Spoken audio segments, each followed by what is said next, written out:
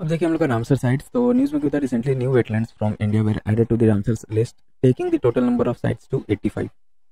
ठीक है, अब देखिए वेटलैंड्स हम लोग का और क्या क्या स्पेसिफिकेशन है कुछ वो देख लेते हैं। तो wetland Nagi and Nakti bird sanctuary Bihar में, both are man-made reservoirs, Nagi Dam and Nakti Dam, and feature dry deciduous forest surrounded by hills.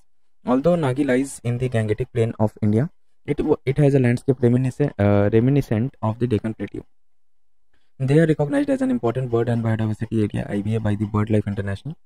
Then comes Nanjarayan Bird Sanctuary, Tamil Nadu. Nanjarayan Lake, a large shallow wetland named after King Nanjarayan, who restored and repaired it. It depends on heavy rain water flow from the Nalla drainage. Then comes हम लोग का Kazu Valley Bird Sanctuary, Tamil Nadu. Brackish shallow lake located on Coromandel coast in north of Pondicherry, connected to Bay of Bengal by Brackish Uppukali Creek and Yadaya Thitu estuary, lies in Central Asian flyway of migratory species. Then comes अपना तवा reservoir, Madhya Pradesh, located inside Satpura Tiger Reserve and borders Satpura National Park and Bori Wildlife Sanctuary.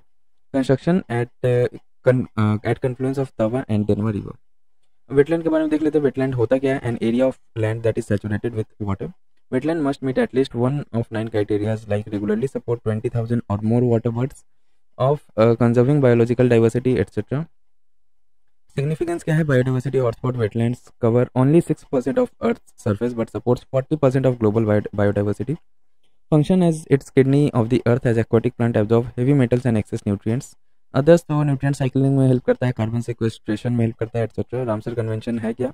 एक intergovernmental treaty है for conservation and wise use of wetlands and their resources adopted at Ramsar या ईरानी इन 1971 and came into force in 1975. India became a party in 1982. List of wetlands of international importance of or the Ramsar list contains wetlands which hold significant value for humanity as a whole. Ramsar list के बारे में देख लेते हैं. Wetlands in the Ramsar list meet at least one of the 9 criteria as defined under the convention. Contracting parties are expected to manage their Ramsar site to maintain their ecological character. Montreux record Ramsar sites where changes in ecological character have occurred, are occurring, or are likely to occur as a result of technological developments, pollutions, or other human interference. Loktak, Manipur, and Keoladev National Park, Rajasthan of India are included in it. Tamil Nadu has maximum Ramsar sites, followed by UP. ठीक है, अब देखिए other wetlands in news देख लेते हैं क्या कौन कौन सा वेटलैंड न्यूज़ में था. तो Kanwar lake, also known as Kanwartal wetland, a fresh water natural wetland, draws water from confluence of Gandak, Baya and Kareh river. Bihar first Ramsar site था ये. Important stopover along Central Asian flyway. Then West Bengal में Sundarban mangroves, world's largest mangrove ecosystem, named after the species Heritiera forms known as Sundari in Bengali, located on world's largest delta of the Gangas, Brahmaputra and Meghna river. Then Pulikat Lake, located at the border of Andhra Pradesh and Tamil Nadu, second largest brackish water lake in India after Lake Chilka, Odisha. Sriharikota Island separates lagoon from Bay of Bengal, fed mainly by rivers Kalangi and Arani, supports largest congregation of flamingos. Then Pangongso Lake, Ladakh में जो है, an Indo-Herric lake या landlocked lake है ये, world's highest saltwater lake. 1/3 of the lake lies in India. Changes color at different times. Not a part of Indus river basin. Clear? अब देखिए other related news कुछ देख लेते हैं. United Nations water convention spring initiative, UN backed network principles for responsible investment PRI has launched Spring, a new initiative to halt or reverse nature loss by 2030. About Spring initiative देख लेते हैं. तो supported by a coalition of 200 investors managing a combined $15 trillion in asset. Objective क्या है? To address systemic risk of nature loss of societies and long-term portfolio value creation by enhancing corporate practices on forest loss and land degradation. Shallow aquifer management SAM pilot models was recently launched in Telangana. About SAM, it is a sustainable urban water management technique. It involves drilling shallow water bore wells to pump out water. The underneath layer are recharged during rainfall, causing rise in water tables. It is a part of Atal Mission for Rejuvenation and Urban Transformation Amrit scheme of the Ministry of Housing and Urban Affairs. National Aquifer Mapping and Management Program NAKIM aims to characterize aquifers and develop plans for groundwater management. Then comes देखिए fish MIP initiative क्या है ये. तो according to the fish MIP global projection of exploitable fish biomass shows a more than 10% decline.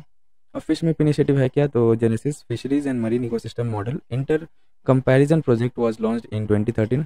Global network, it is an international network of more than 100 marine ecosystem modelers and researchers around the world. In relation with UN, though, it is working with FAO to understand the long-term impacts of climate change on marine ecosystem and fisheries. FishWeb 2.0 established कब हुआ था 2024 में to increase the reliability of modeling projections. अब देखिए terms in news, तो क्या है पहला, plankton crash. Noctiluca scintillans, a type of phytoplankton, turn a red color when in large number experience a crash, leading to a release of colored pigment from their cells. These pigments then stick to rocks and seafloors, forming a biofilm-like layer and causing tides. Plankton crashes happen due to a lack of nutrient or lack of CO2 in the earlier part of the production cycle. Plankton may also die after later in the cycle due to sudden change in the water quality.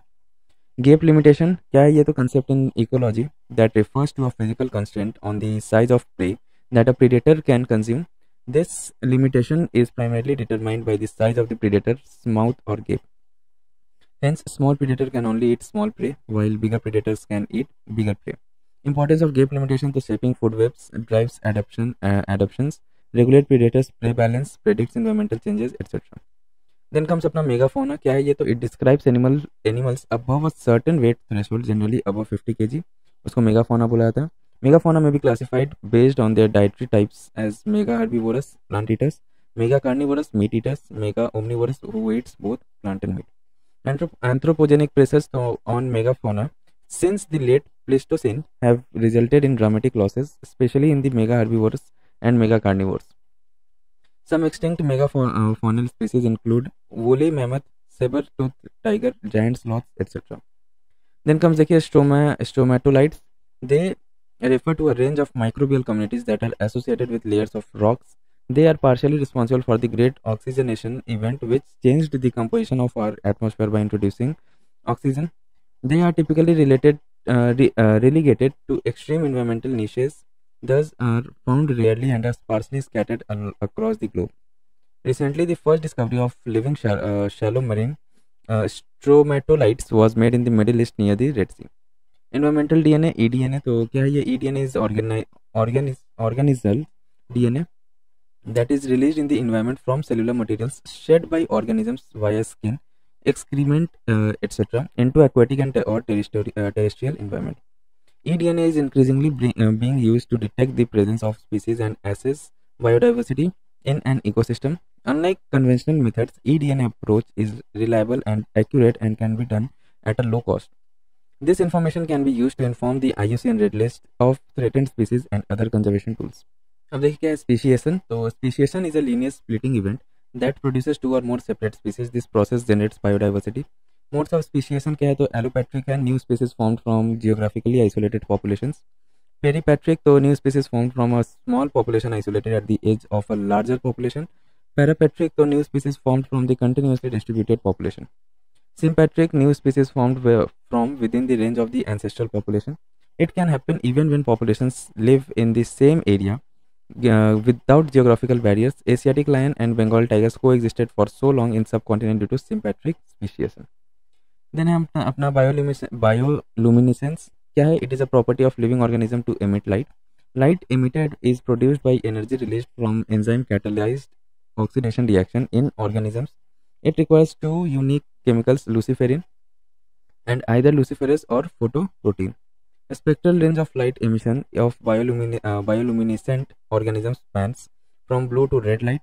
Species exhibiting bioluminescence: sponges, jellyfish, hatchetfish, worms, sea walnuts, fireflies, fungi, bacteria, deep sea shrimps, etc.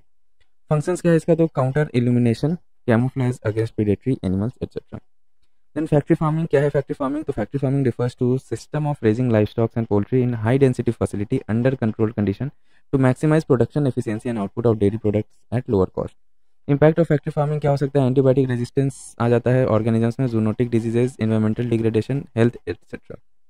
Woody encroachment, it is the increase of tree and shrub cover that and is widespread across most ecosystems. It entails the conversion of open habitats to habitats with greater tree covers and or shrub density. It results in homogenization of an ecosystem, meaning a diverse multi-layered ecosystem turns into a uniform layer of woody plants. Its occurrence in open ecosystem like savanna and grassland reduces native grassland birds. Then अपने देखिए green water and blue water. Green water refers to moisture in soils and vegetation, part of hydrologic cycle. Green water is absorbed by roots, used by plants, and released back to the atmosphere through the process of transpiration. It is vital for generating rainfall, mitigating climate change, etc. Blue water is about encompassing surface and groundwater found in lakes, rivers, and reservoirs. Blue water is recharged by precipitation.